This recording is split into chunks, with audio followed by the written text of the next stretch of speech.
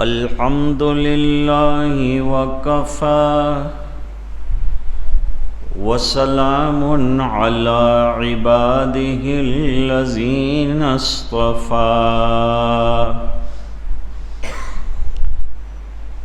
خصوصا على أفضلهم وخاتم النبيين محمد الأمين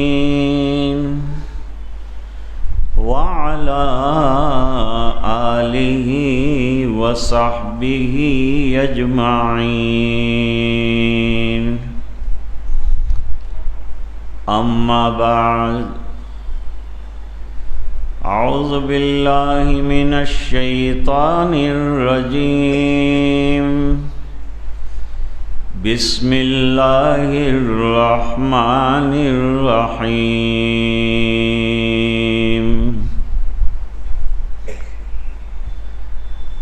الذين آمنوا ولم يلبسوا إيمانهم بظلم أولئك لهم الأمن وهم مهتدون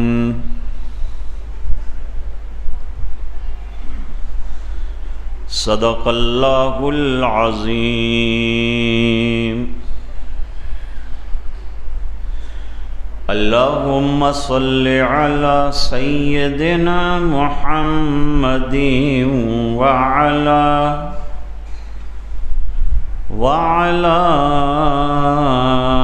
آل سيدنا محمد وبارك وسلم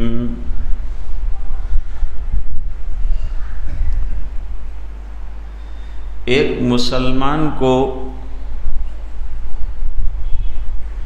سب سے بڑی فکر اپنے ایمان کی ہونی چاہیے۔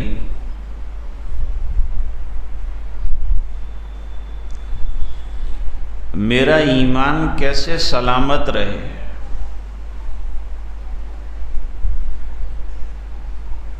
جیسے ہم اپنی دوسری چیزوں کی سلامتی کی فکر کرتے ہیں، کاروبار کی سلامتی، تجارت کی سلامتی، بزنس کی سلامتی، جان کی سلامتی، مال کی سلامتی، ہم چاہتے ہیں کہ ہماری یہ تمام چیزیں، مکان ہے، جائیداد ہے، کاروبار ہے، سب محفوظ رہیں، سلامت رہیں۔ لیکن کلمہ طیبہ پڑھ لینے کے بعد، یعنی لا الہ الا اللہ محمد الرسول اللہ کہنے کے بعد، اس کا اقرار کر لینے کے بعد، ہماری سب سے بڑی ذمہ داری یہ ہے کہ کلمے کے اقرار کے ذریعے سے جو ایمان اللہ تعالیٰ نے ہمارے دلوں میں روشن فرمایا ہے، اس کا جتن کیا جائے، اس کی حفاظت کی جائے، اس کو سلامت رکھا جائے۔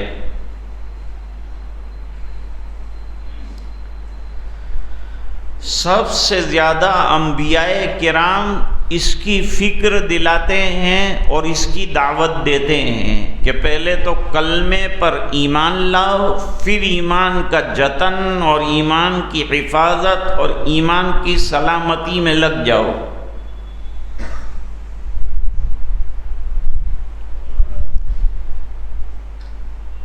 پھر صحابہ کرام کو بھی سب سے زیادہ جو فکر ہوتی تھی وہ اپنے ایمان کی حفاظت اور ایمان کی سلامتی کی فکر ہوتی تھی۔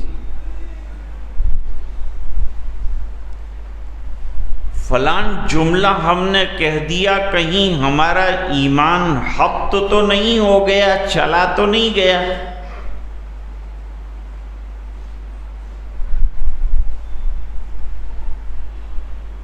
حدیث شریف میں واقعہ ذکر کیا کہ بنو تمیم والے آئے تھے، حضور پاک صلی اللہ علیہ وسلم کے پاس آ کر انہوں نے ایمان قبول کیا،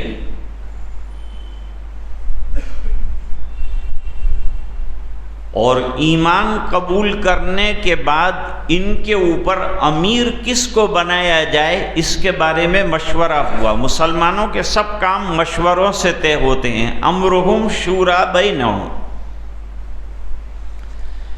مسلمانوں کے کام مشوروں سے طے ہوتے ہیں، اور ہر اہم کام کے اندر مشورہ کرنا چاہیے، یہ ایمان والے کی شان ہے، یہ ایمان والے کے فرائض میں سے ہے۔ اور حضور پاک صلی اللہ علیہ وسلم کو بھی حکم فرمایا گیا وَشَاوِرْهُمْ فِي الْأَمْرِ، صحابہ کرام سے اہم معاملوں کے اندر مشاورت کیجیے۔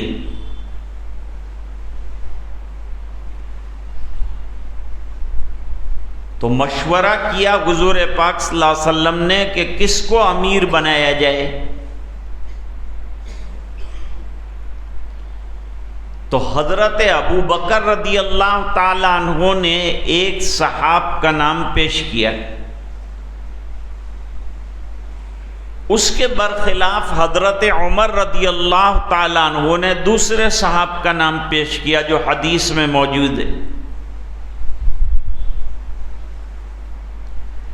ایک نے قعقاع ابن معبد کا نام پیش کیا، ایک نے اقرع ابن حابس کا نام پیش کیا۔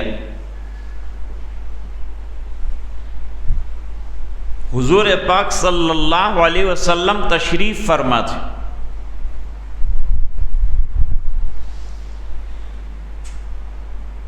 جب دونوں کے الٹ نام آئے تو دونوں میں ذرا بحث ہو گئی، اور حضور کے سامنے ہی ہو گئی، اور یہ بحث کے اندر ان کی آوازیں بلند ہو گئی ذرا حضور کی آواز سے۔ اس پر سورہ حجرات میں آیت اتری، یا ایھا الذین آمنوا لا ترفعوا اصواتکم فوق صوت النبی ولا تجهروا له بالقول كجهر بعضكم لبعض ان تحبط اعمالكم وانتم لا تشعرون۔ اے ایمان والو، تمہاری آواز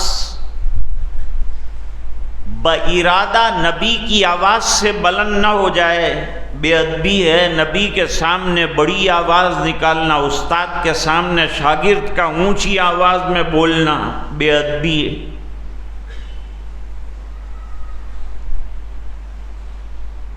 تو اتنی زور سے مت بولو کہ نبی کی آواز سے تمہاری آواز اونچی ہو جائے،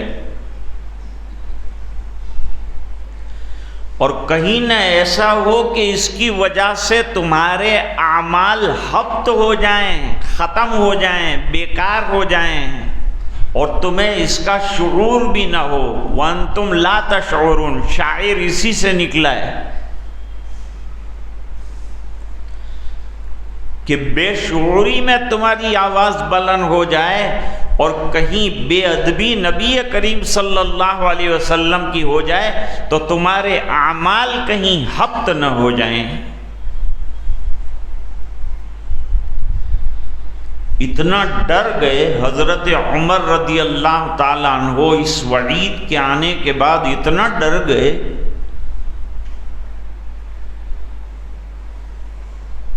کہ اتنی آہستہ سے دربار رسول میں بات کرتے تھے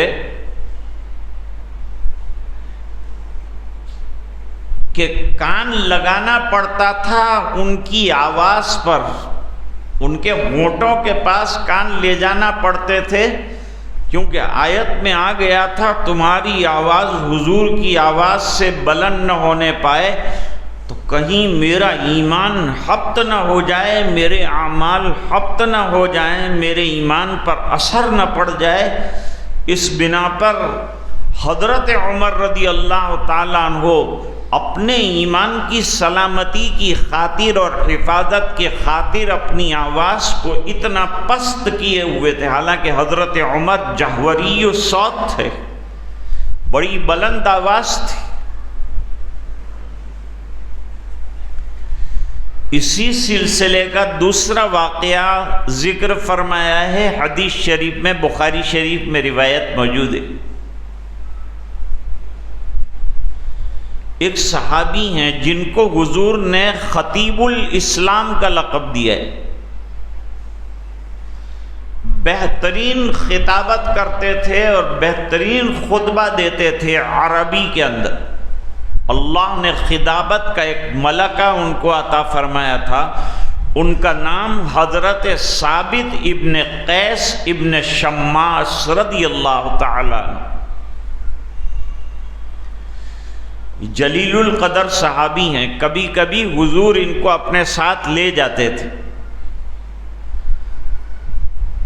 چنانچہ مسیلمہ ایک کذاب جس نے جھوٹی نبوت کا دعویٰ کیا تھا اور مدینے آ کر کہا تھا کہ پارٹنرشپ کرو نبوت کے اندر میرے ساتھ، تو حضور پاک صلی اللہ علیہ وسلم اس وقت ثابت ابن قیس کو ساتھ لے گئے تھے گفتگو کرنے کے لیے، اور حضور کے ہاتھ میں ایک چھڑی تھی۔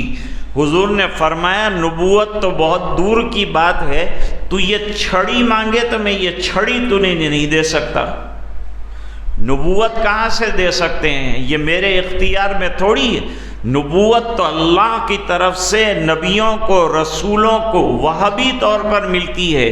یہ کسبی چیز نہیں ہے کہ انسان اپنی محنت اور اکتساب کے ذریعے سے نبی بن جائے اور رسول بن جائے۔ ہاں، اپنے اکتساب کے ذریعے سے اور جد و جہد اور قربانی کے ذریعے سے کوئی مقرب بن سکتا ہے، ولی بن سکتا ہے، لیکن نبی بننا انسان کے اختیار کی چیز نہیں ہے، وہ اللہ کی طرف سے دی جاتی ہے اور عطا کی جاتی ہے رسالت۔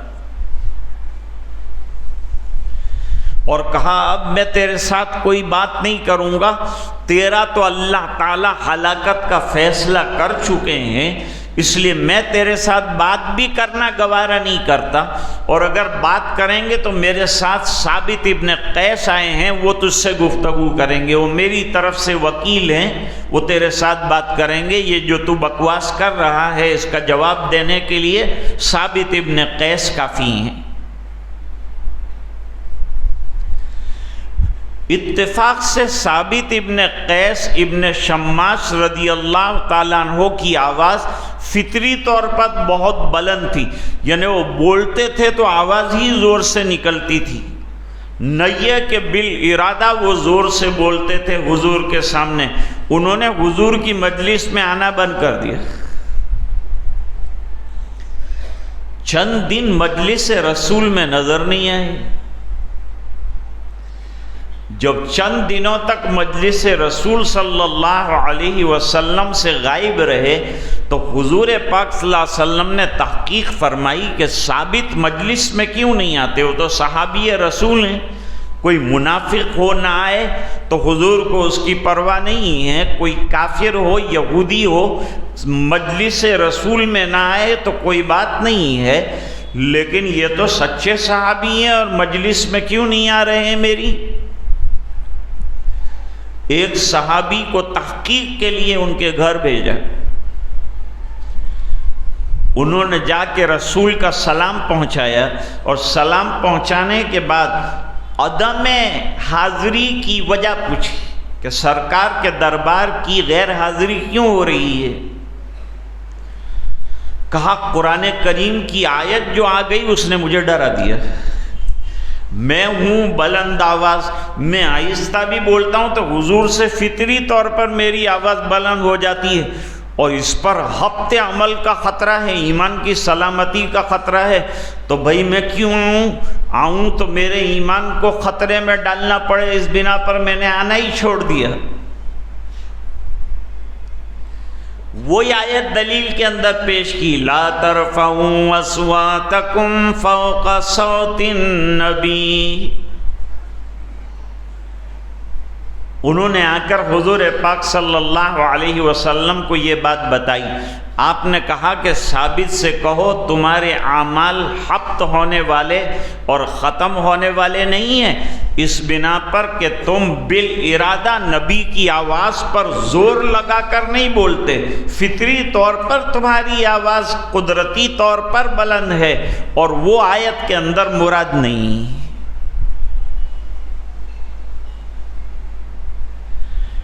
حضرت عمار ابن یاسر رضی اللہ تعالیٰ عنہ نے بڑے دکھ اٹھائے ہیں اور دین قبول کرنے کے بعد بڑی مشقتیں جھیلی۔ ان کے جسم پر انگارے رکھے جاتے تھے اور پورے جسم میں آبلے پڑ جاتے تھے، پانی کے پھپھولے ہو جاتے تھے، اور ظلم کرتے جاتے تھے مشرکین مکہ، یہاں تک کہ جب وہ انگارے لگا دیے جاتے تھے اس کے بعد ان کو ٹھنڈے پانی کے مشکیزے میں اتارا جاتا تھا، جس کی وجہ سے حضرت عمار ابن یاسر بے ہوش ہو جاتے تھے۔ پھر وہ مارتے تھے اور مار کے دوران اپنے من چاہے جملے رسول کی گستاخی میں حضرت عمار ابن یاسر سے اور اسلام کے خلاف باتیں کہلوا دیتے تھے، اور ہوش نہیں رہتا تھا حضرت عمار ابن یاسر، اور یہ جملے نکل جاتے تھے بے اختیاری میں۔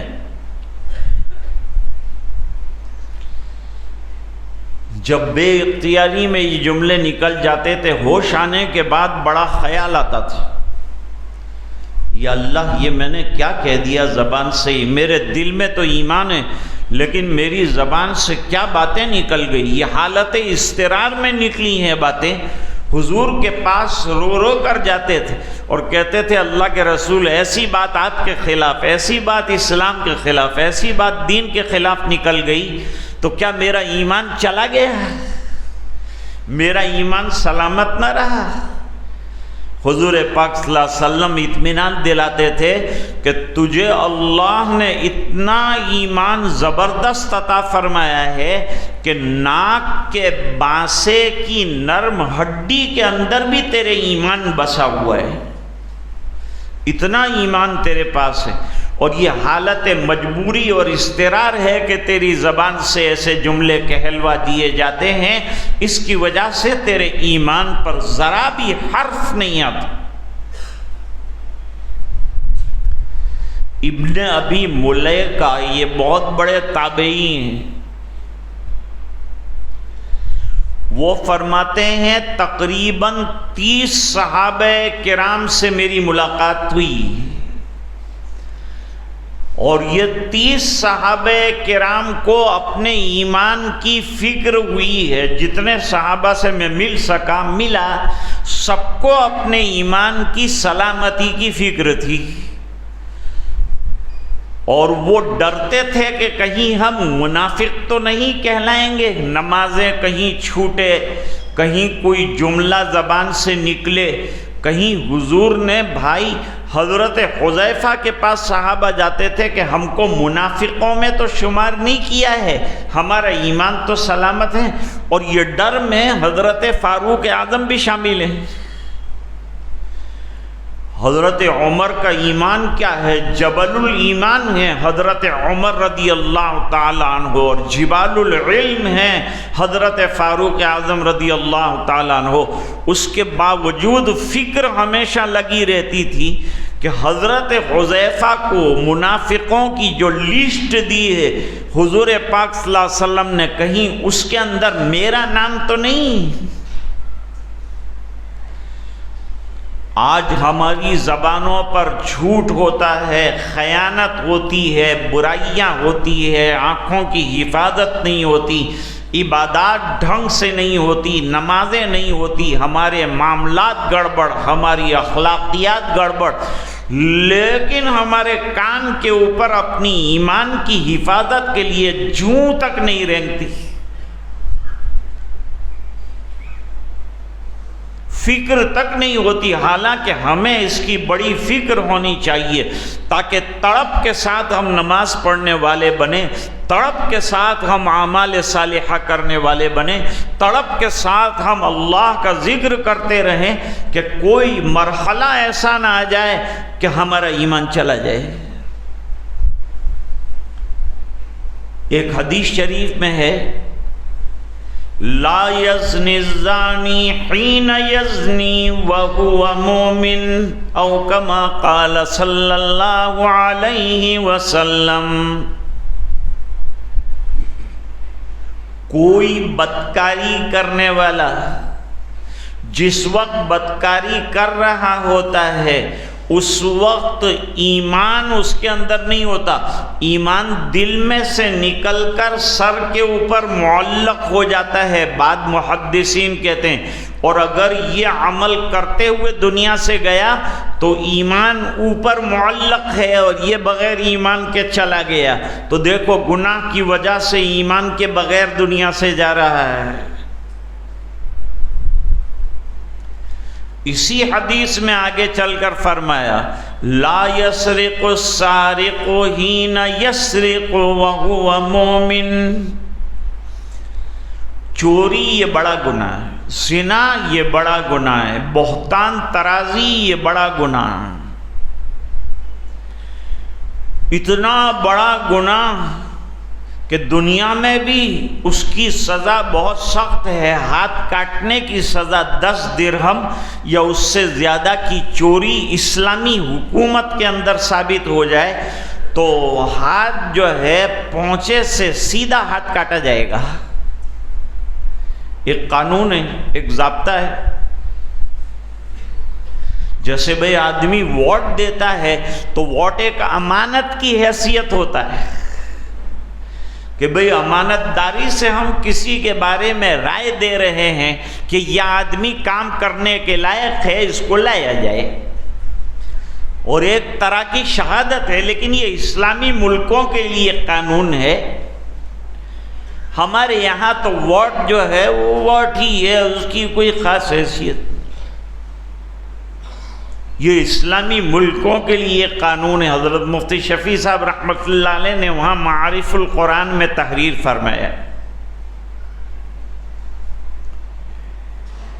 ابھی جو بات میں ذکر کرنا چاہتا ہوں وہ ایک بات آدھی ہوئی ہے کہ جب چوری کرتا ہے تو چوری کے وقت ایمان والا چوری کرے تو اس کا ایمان معلق ہو جاتا ہے، بعض شارحین کہتے ہیں سر سے اوپر لٹک جاتا ہے، اور چوری کرتے ہوئے چلا گیا تو گویا ایمان لٹکتا رہ گیا اور یہ چلا گیا، تو ایمان کی سلامتی کہاں رہی؟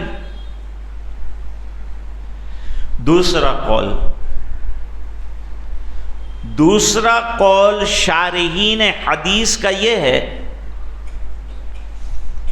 کہ جب آدمی گناہ کرتا ہے تو گناہ کس حالت میں کرتا ہے؟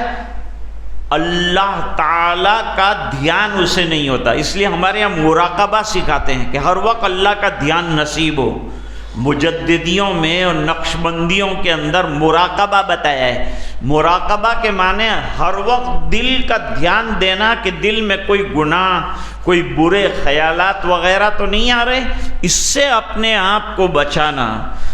تو آدمی گناہ کب کرتا ہے؟ جب اس کو اللہ کا دھیان نہیں رہتا، جب اللہ کا دھیان نہیں رہتا تب آدمی سے، اور دھیان کیوں نہیں رہتا؟ جو گناہ وہ کر رہا ہے وہ گناہ کرنے کے بعد جو عذاب ہے وہ عذاب کے بیچ میں غفلت کا ایک پردہ حائل ہو جاتا ہے، اس غفلت کے پردے کے حائل ہو جانے کی وجہ سے وہ بھڑکتا ہوا اس گناہ پر جو عذاب ہے وہ نظر نہیں آتا، تو آدمی گناہ کر بیٹھتا ہے۔ ورنہ اگر یہ دھیان رہے ہر وقت کہ میرا پروردگار مجھے دیکھ رہا ہے اور میرے ہر عمل کو دیکھ رہا ہے، اور وہ علیم ہے اور وہ خبیر ہے اور وہ علیم بذات الصدور ہے، تو آدمی گناہ سے بچ جائے گا۔ اسی کا نام تقوی ہے کہ آدمی کو ہر وقت اللہ کا دھیان رہے، اللہ کا خیال رہے۔ اب جو آیت کریمہ آپ کے سامنے پڑھی ہے، وہ 1 سال سے میں سوچتا ہوں کہ اس کی کچھ شرح آپ کے سامنے رکھوں۔